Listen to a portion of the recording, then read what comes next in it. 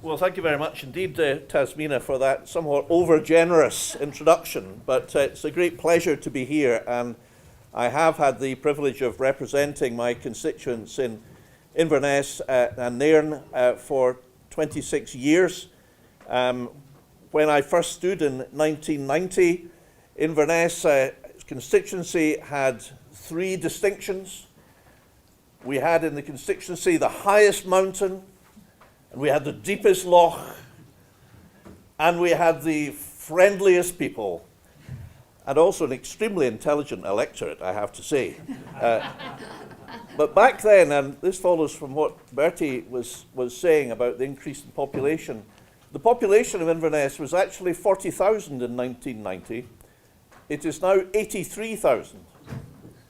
Whereas the population of Scotland has flatlined. It's more or less the same now as it was then. Why is that? Well, I would say in part, and perhaps in large part, and I have to say it was lovely to hear Tasmina pay a tribute to my mother, Madame Écosse, Winnie Ewing. I suppose I'm le garçon, but, or le fils, but she was European to her fingertips. She loved being in the European Parliament, and that's why they gave her the sobriquet Madame Écosse. And she particularly enjoyed Cayleys with many of Bertie's colleagues in the smallest sitting room you can imagine, with about 50 people. We should have put that into the Guinness Book of Records, really, but failed.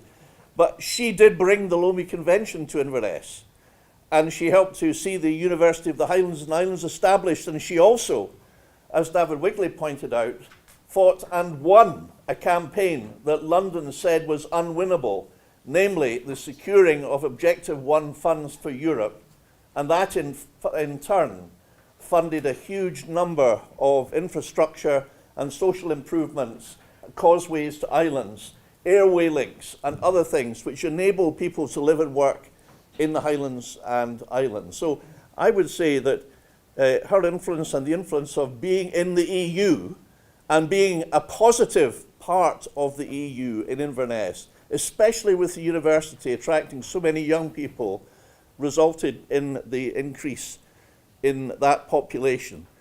Had we seen it replicated in Scotland, of course, Scotland would be a people of 10 million people now, not 5.5. So I did make a speech earlier, but I'm not going to bother writing it because this morning has been so stimulating that I've changed utterly what I was planning to say. And it's particularly enjoyable because yesterday I spent the first day back all day sitting in the chamber listening to the proceedings, and I'm afraid to say it was rather depressing because what I heard was the repetition of brittle arguments which we've heard time and again, a lack of new thought and new ideas, a lack of any glimmer of cooperation between parties, far less between governments. What a contrast with today, with the uplifting speeches that we've heard, the panel session, we've heard David and Bertie and Henry's insights, which have given me such hope and recharged my depleting batteries. So thank you all for raising my spirits after yesterday's depression. And that really is the main point I wanted to make today, which is this, that there is in Scotland a sense of disengagement between the government and the governed. There's never been such a gulf. There's never been such a sense that in Parliament and government we are not tackling the things that people wish us to tackle. And I don't think that's unique to Scotland either. I think it may be the case in England. And I think I get the impression, although I don't have the knowledge, of course, that that may be the case in other European countries as well. Hence, we see the threats of extreme parties like Alternative für Deutschland come forward. And in some countries, of course, the extreme option have already succeeded in Europe, something I never thought I would see because, like Henry, I wanted to see the European Union continue and strengthen precisely because of the aims of was it Schuman, Monnet, and Adenauer, who had the foresight to see, after the Second World War, that economic interdependence through the coal and steel community would be the foundation of bringing people together after the world's most horrendous conflict ever, and they did that. They succeeded. It was, as Henry said, the great success of the second half of the last century. And how sad that in this century we have been regressing, not progressing. So how can we do that? Should we just give up? Is it all too difficult? I don't think so. I think the solutions that are being led in Europe, in Germany and Ireland in particular, offer a way ahead for Scotland. And by that I mean that traditional parties in Ireland, two founding parties of the Free State, Fianna Fáil and Fine Gael, have come together with the threat from the extremes to cooperate together in a government. In Germany, the same thing. The Christian Democrats, the Social Democrats, I think there's a Bavarian party as well, have come together, the CSU, to have a firewall against Alternative for Deutschland. Now, if they can do it, why can't we do it in Scotland and indeed Britain? Because there is not really that much dividing the parties. When my mother reconvened the Scottish Parliament, in part of her speech, she paid tribute to people in every main party that had played a significant part in bringing about that day. She paid tribute to the late great Neil McCormick, to Alec Buchanan Smith, to Joe Grimmond, to Labour colleagues, and she did so quite deliberately. And that vision of people working together across the parties is one which may seem naive. It may seem, in the words of the great late Leonard Cohen, the idea of just a kid with a crazy dream. But as he said, cheerfulness keeps breaking through, despite everything. So I think there is hope that if we are willing to criticize ourselves, if we are willing to cast aside the old mantras that we are accustomed with and comfortable with and we hear every day in the Scottish Parliament, if we're willing to accept that actually voters want us to work together. Anyone, and I know there's lots of people that, like me, have spent a lot of their time chapping doors, knocking doors, speaking to people, canvassing, going around streets. David is nodding sagely there. David might even be older than me, I don't know, but we've been doing it all our lives. And how often have we heard, why can't you work together? Yeah. Why can't you work together? I haven't really heard an honest answer to that. I do believe that John Swinney, Anna Sarwar, Willie Rennie, and many of the Tories in the Scottish Parliament could work together and form a coalition. And I do believe that actually in Scotland people would like to have an eclectic government where you pick the very best people from each party.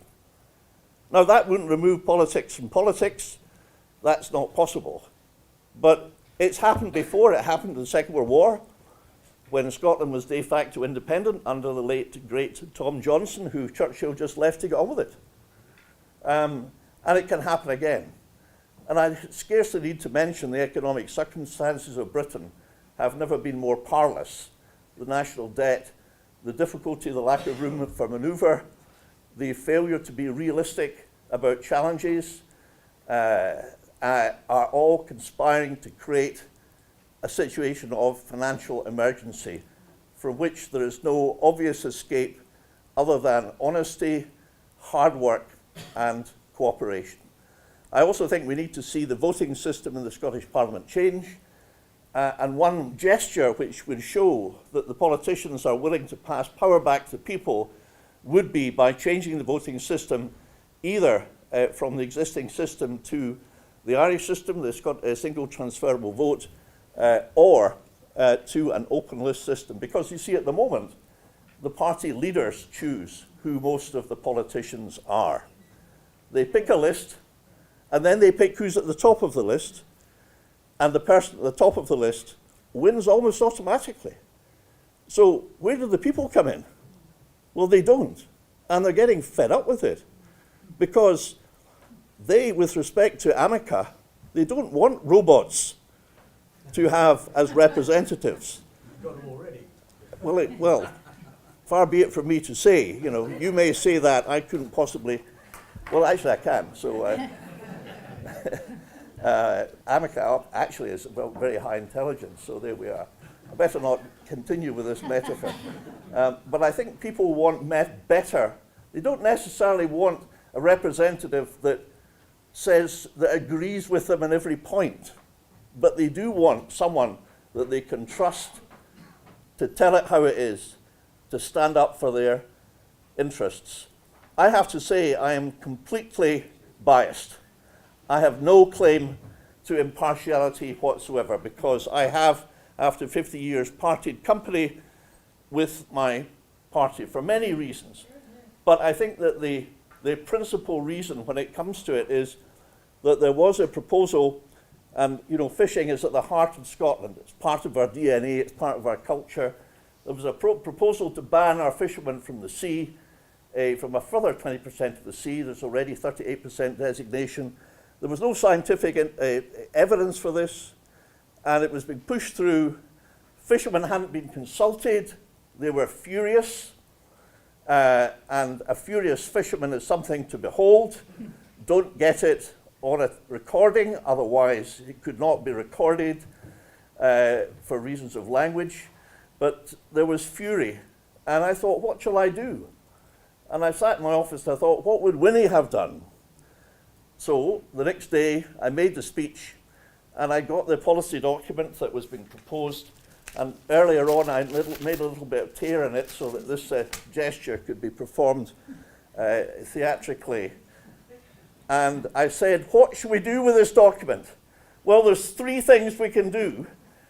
We can use it as a firelighter, we can use it as a doorstop, or we can do this with it. And I promptly tore it up, which was very satisfying for me, until my sister, who you may have met yesterday evening, the deputy presiding officer, my younger sister, I may say, pointed out that I was out of order because you cannot use props in the Scottish Parliament. She said that she had waited 60 years to tell off lawfully her elder brother. Ladies and gentlemen, I think we can have a better Scotland, a better Britain. Like Henry, the fears now of a Farage government are no longer fanciful, they're real. Yes. This is a nightmare. We have to counteract that. They will be in the Scottish Parliament next time, thanks to our voting system. That is alarming. And my solution is, let's work together to see them off with an alliance. Now, can I just in closing say that it's a real privilege that the former President of Macedonia is with us, and I did want to say, sir, thank you for the way in which you returned the Alec to Scotland with a ceremony, a guard of honour, which was recorded and shown on TV here, which I watched, which the nation watched. Thank you, sir. You did something that will linger in our memory forever. So the people of Scotland, thank you for that. And thank you for listening to me now. Thank you.